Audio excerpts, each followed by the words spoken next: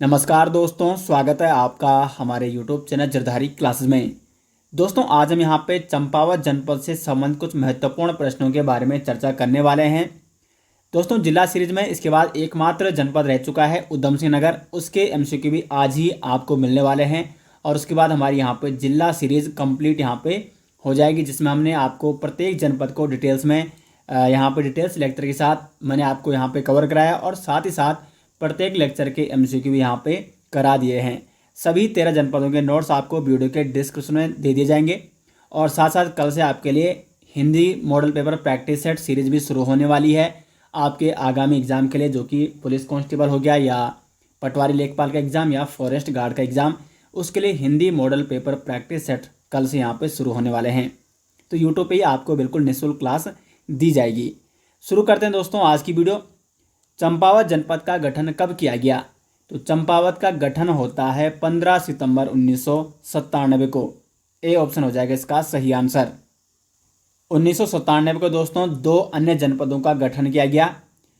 देखो, रुद्रप्रयाग, बागेश्वर और चंपावत। आरबीसी इस प्रकार से आप नोट कर सकते हैं। रुद्रप्रयाग का गठन भी 1997 में हुआ, बागेश्वर और चंपावत, इन तीनों जनपदों का गठन किया गया 1997 में। क्वेश्चन नंबर 2 है, माउंट एबट पर्वत शिखर किस जनपद में है? तो माउंट एबट पर्वत शिखर ये भी आपका हो जाएगा चंपावत जनपद में स्थित है माउंट एबट पर्वत शिखर। क्वेश्चन नंबर 3 है, चंपावत की स्थापना किस चंद शासक ने की थी? तो चंपावत की स्थापना की सोमचंद ने। बी ऑप्शन हो जाएगा सही आंसर। सोमचंद जो कि चंद वंश का संस्थापक था और ऐसा माना जाता है कि सोमचंद इलाहाबाद के झूसी नामक स्थान से यहाँ पर आए थे और इस क्षेत्र पर उस समय कत्यूरी शासकों का शासन हुआ करता था। तो कत्यूरी शासक ने अपनी पुत्री का विवाह कराया सोमचंद से और सोमचंद ने अपनी राजधानी किसे बनाया? चंपावत को बनाया। और चंपावत में एक राजबुंगा किला भी है। राजबुंगा किला ये कहाँ है? तो ये आपका चंपावत में है। और इस राजबुंगा किला का निर्माण किसने कराया? सोमचंद ने। यानी आप कह सकते हैं कि चंद वंश की जो नींव पड़ी वो कहाँ से पड़ी? चंपावत से। और प्रारंभिक राजधानी जो थी चंद वंश की वो चंपावत ही थी। बाद में वहाँ से वो अल्मोड़ा स्थानांतरित की गई भीष्मचंद के समय। वो मैंने आपको चंद वंश के इतिहास में कई बार बता रखा है। और बालो कल्याण चंद के समय पूर्ण रूप से अल्मोड़ा राजधानी बनकर तैयार हो गई थी। तो सोमचंद जिसने चंपावत की स्थापना की और यहाँ पे राजबुंगा किले का निर्माण कराया। क्वेश्चन नंबर 4 है, लधिया नदी व काली नदी का संगम कहाँ पर होता है? लधिया नदी जो कि काली नदी की एक प्रमुख सहायक नदी है और इसका संगम होता है चूका नामक स्थान पर। लधिया नदी के बारे में मैंने आपको बता रखा है। लधिया नदी का उद्गम अल्मोड़ा, नैनीताल और चंपावत के मिलन बिंदु गजार नामक स्थान पर होता है। तो गजार से निकलती है लधिया नदी और लधिया नदी जो कि रीठा साहिब चंपावत में रतिया नदी से मिल जाती है और फिर आगे बढ़कर चूका जो कि चंपावत में स्थित है, यहाँ पर ये काली नदी से संगम करती है। तो लधिया नदी और काली नदी का संगम स्थल कहाँ है? चूका जो कि चंपावत जनपद में स्थित है। क्वेश्चन नंबर 5 है, टनकपुर को बसाने का श्रेय जाता है। टनकपुर को बसाने का श्रेय जाता है मिस्टर टाल को। ए ऑप्शन हो जाएगा यहाँ पे सही आंसर। अब देखो, टनकपुर का प्राचीन नाम था ग्राष्टीगंज। ग्राष्टीगंज किसका प्राचीन नाम था? महत्वपूर्ण प्रश्न आ सकता है। तो यह है टनकपुर का प्राचीन नाम। और टनकपुर में प्रसिद्ध ऐतिहासिक बरमदेव मंडी भी स्थित है। 1890 के आसपास अंग्रेज सैलानी लॉर्ड टलक इस स्थान पर आए थे और उन्हीं के नाम पर इस स्थान का नाम क्या पड़ा? पहले टलकपुर और बाद में से टनकपुर कहा गया। तो टनकपुर को बसाने का श्रेय जाता है मिस्टर टाल को। क्वेश्चन नंबर 6 है, किस स्थान को लोहारगल कहा गया है? तो पुराणों में लोहा घाट को कहा गया है लोहारगल। लोहारगल जो वर्तमान में जिसको लोहा घाट के नाम से जाना जाता है, चंपावत में लोहावती नदी के किनारे स्थित है। तो बी ऑप्शन हो जाएगा सही आंसर। क्वेश्चन नंबर 7 है, राजबुंगा किले का निर्माण किस चंद शासक ने कराया?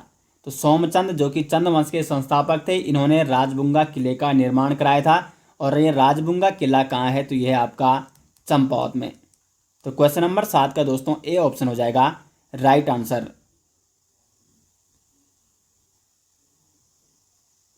क्वेश्चन नंबर 8 है, कत्यूरी कालीन ब्रह्मदेव मंडी किस स्थल पर स्थित है। ये महत्वपूर्ण प्रश्न दोस्तों कई बार एग्जाम में पूछा भी जा चुका है। तो कत्यूरी शासकों ने इस ब्रह्मदेव मंडी का निर्माण कराया था और ये थी टनकपुर में, चंपावत के टनकपुर में स्थित। लेकिन 1880 के आसपास शारदा नदी, जो कि काली नदी है, चंपावत में इसको शारदा नदी के नाम से जाना जाता है, ये आप सभी जानते हैं। तो शारदा नदी पर 1880 में बाढ़ आने के कारण ये ब्रह्मदेव मंडी बह गई थी। तो प्रसिद्ध ऐतिहासिक ब्रह्मदेव मंडी किस स्थान पर स्थित थी? टनकपुर में स्थित थी और इसका निर्माण कत्यूरी शासकों ने कराया था। क्वेश्चन नंबर 9 है, मायावती आश्रम का संबंध है। तो मायावती आश्रम का संबंध है स्वामी विवेकानंद जी से। सी ऑप्शन हो जाएगा सही आंसर। और ये मायावती आश्रम, इसको अद्वैत आश्रम के नाम से भी जाना जाता है। तो अद्वैत आश्रम या मायावती आश्रम ये कहाँ है? तो ये आपका चंपावत जनपद में स्थित है और ये रामकृष्ण मठ की एक शाखा है जो कि चंपावत जिले में स्थित है।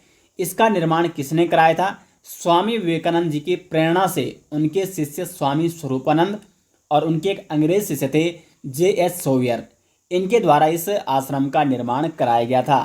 तो इसलिए मायावती आश्रम का संबंध किससे हो जाएगा?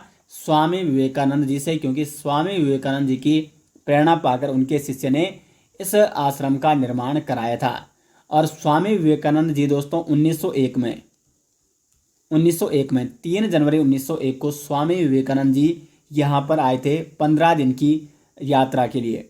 तो 15 दिन वास किया था उन्होंने इस आश्रम में यहाँ पर। 1901 में स्वामी विवेकानंद जी यहाँ पर आए थे। तो मायावती आश्रम का संबंध है स्वामी विवेकानंद जी से।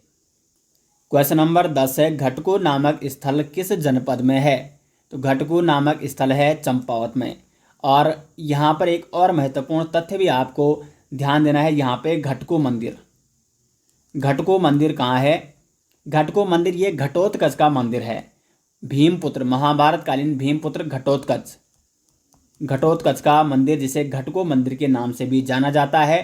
तो ये है चंपावत में और घटको नामक स्थल भी हो जाएगा आपका चंपावत में। दोस्तों यहाँ पे जितने भी प्रश्न है ये मैं आपको चंपावत जनपद के बारे में आपको अलग से डिटेल्स में एक बार कंप्लीट पढ़ा चुका हूँ और उसके बाद इसके MCQ आपके लिए यहाँ पे लाए जा रहे हैं। तो उम्मीद करते हैं कि सभी क्वेश्चन आपको वैसे बड़ी आसानी से आ रहे होंगे और आपको इजी ये क्वेश्चन लगने चाहिए अगर आपने डिटेल्स वाला टॉपिक इसका देखा होगा। और इसी प्रकार से सभी 13 जनपदों के MCQ मैंने कराए हैं।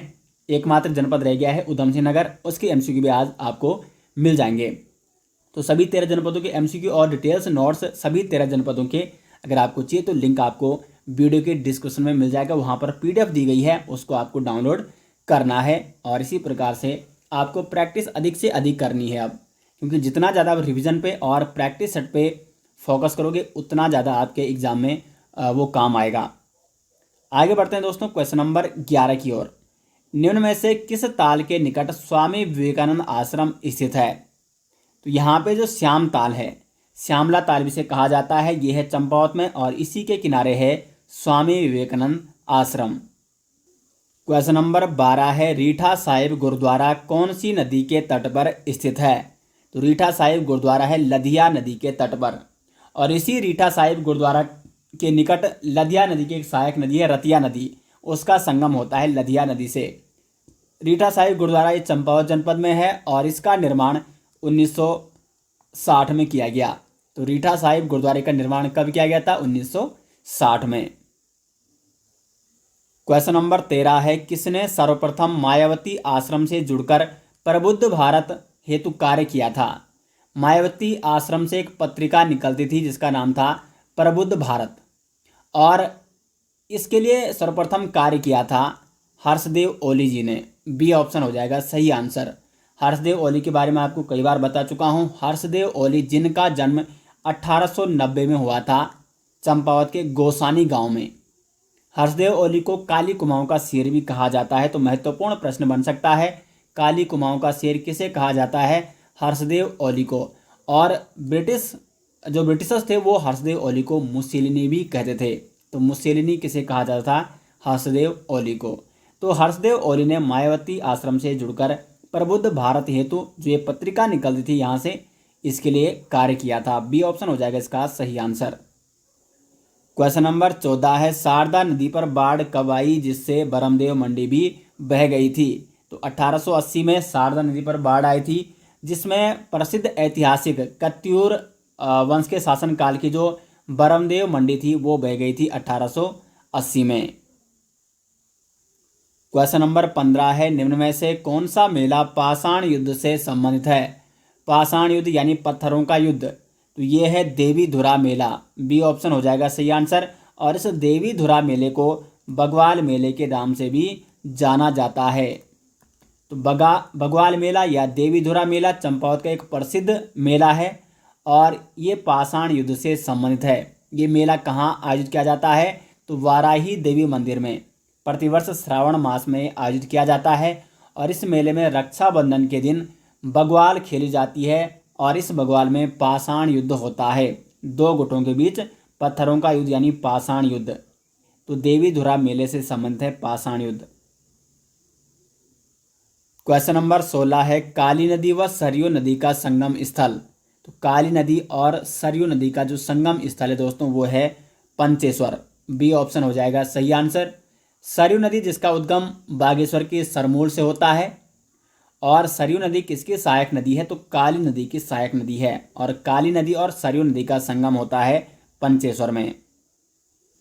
क्वेश्चन नंबर 17 है बालेश्वर मंदिर को कब राष्ट्रीय धरोहर स्मारक घोषित किया गया था। मोस्ट इंपॉर्टेंट प्रश्न है दोस्तों। तो बालेश्वर मंदिर जो कि चंपावत जनपद में स्थित एक प्रसिद्ध मंदिर है, भगवान शिव का ये प्रसिद्ध मंदिर है और इस बालेश्वर मंदिर को राष्ट्रीय धरोहर स्मारक घोषित किया गया था 1952 में, सी ऑप्शन हो जाएगा इसका सही आंसर। और ये मंदिर जिसका निर्माण चंद शासकों ने कराया था 1952 में इसे राष्ट्रीय धरोहर स्मारक घोषित किया गया। क्वेश्चन नंबर 18 है उत्तराखंड का मुसेलिनी किसे कहा जाता है। तो उत्तराखंड का मुसेलिनी कहा जाता है हर्षदेव ओली को और साथ साथ हर्षदेव ओली को काली कुमाऊं का शेर भी कहा जाता है।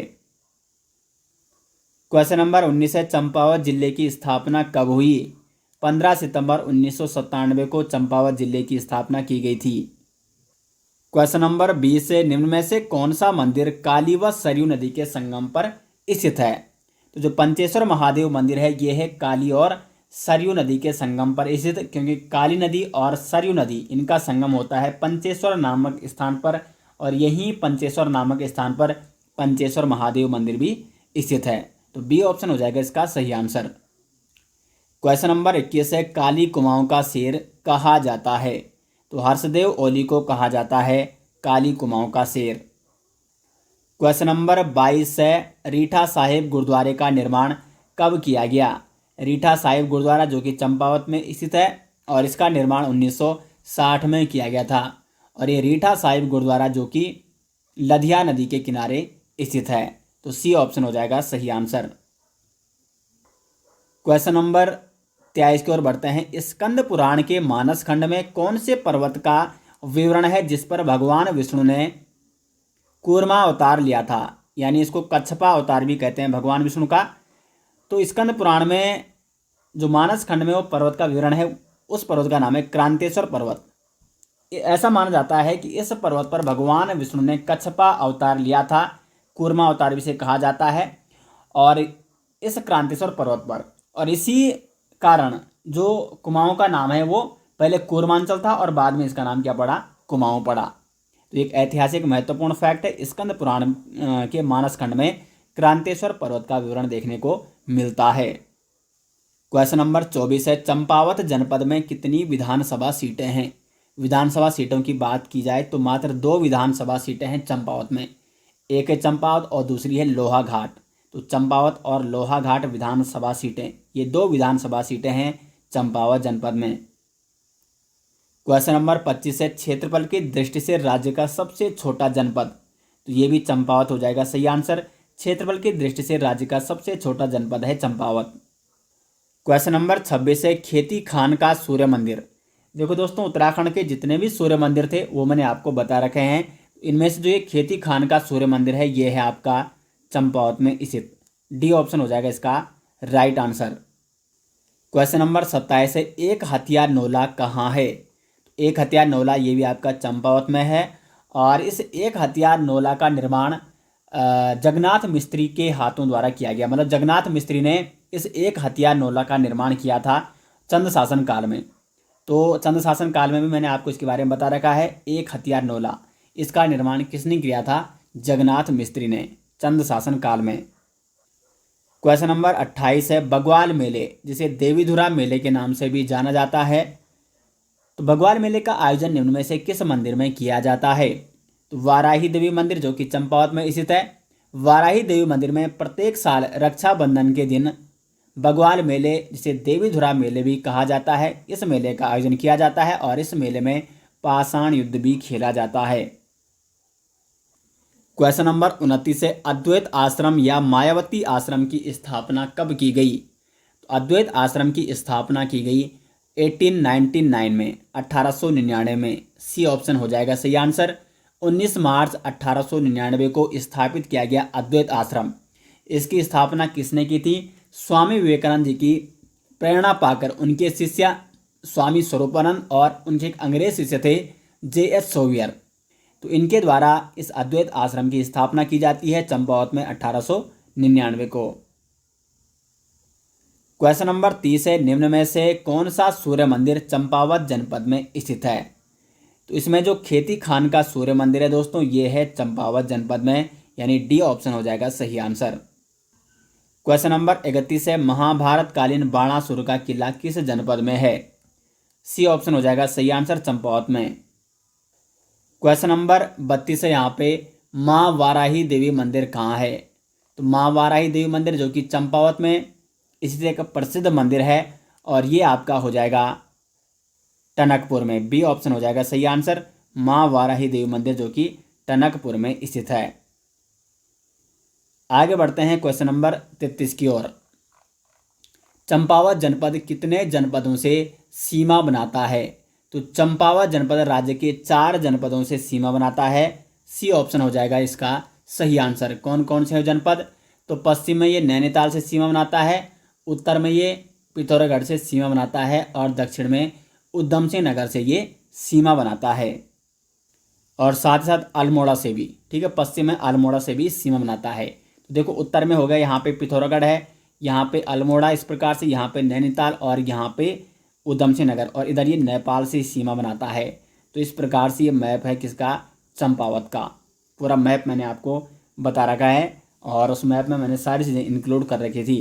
तो पिथौरागढ़, अल्मोड़ा, नैनीताल और उधम सिंह नगर, इन 4 जनपदों से चंपावत जनपद राज्य के 4 जनपदों से सीमा बनाता है। क्वेश्चन नंबर 34 है, बालेश्वर धाम मंदिर का निर्माण किसने करवाया? बालेश्वर धाम मंदिर चंपावत का प्रसिद्ध मंदिर है, और इसका निर्माण कराया चंद शासकों ने, और इस बालेश्वर धाम मंदिर को 1952 यानी 1952 में राष्ट्रीय धरोहर स्मारक भी घोषित किया जा चुका है। क्वेश्चन नंबर 35 है, लड़ी धुरा मेले किस जनपद में लगता है? लड़ी धुरा मेला ये लगता है चंपावत जनपद के बाराकोट में। ए ऑप्शन हो जाएगा सही आंसर। और ये इस प्रकार से दोस्तों कंप्लीट हो चुके हैं चंपावत जनपद से संबंधित 35 महत्वपूर्ण प्रश्न। ये सारे प्रश्न आपको वीडियो के डिस्क्रिप्शन में लिंक दिया गया है। कंप्लीट ई बुक, कंप्लीट PDF है। सभी 13 जनपदों के उसमें नोट्स, मैप और MCQ दिए गए हैं, तो वहाँ से आप इसको डाउनलोड कर सकते हैं। तो उम्मीद करते हैं दोस्तों कि आपको ये लेक्चर पसंद आया, और इसी प्रकार से अब एकमात्र जनपद रह चुका है उधम सिंह नगर, तो उसकी वीडियो भी आपको आज ही मिलने वाली है। तो कंप्लीट जनपद सीरीज यहाँ पे आपकी समाप्त हो चुकी है। उम्मीद करते हैं कि आपको इस जिला सीरीज से बहुत कुछ सीखने को मिला होगा। मिलते हैं दोस्तों फिर नेक्स्ट लेक्चर के साथ, तब तक के लिए धन्यवाद।